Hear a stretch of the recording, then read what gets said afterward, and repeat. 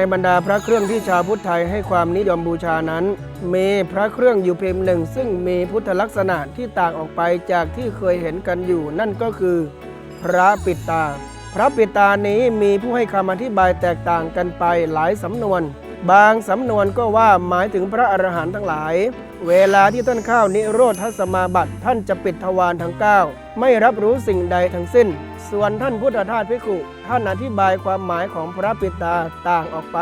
โดยท่านอธิบายว่าพระปิดตานั้นควรจะหมายถึงการปิดทวารทั้ง6คือสำรวมตาสำรวมหูสำรวมจมูกสำรวมลิ้นสำรวมกายสำรวมใจ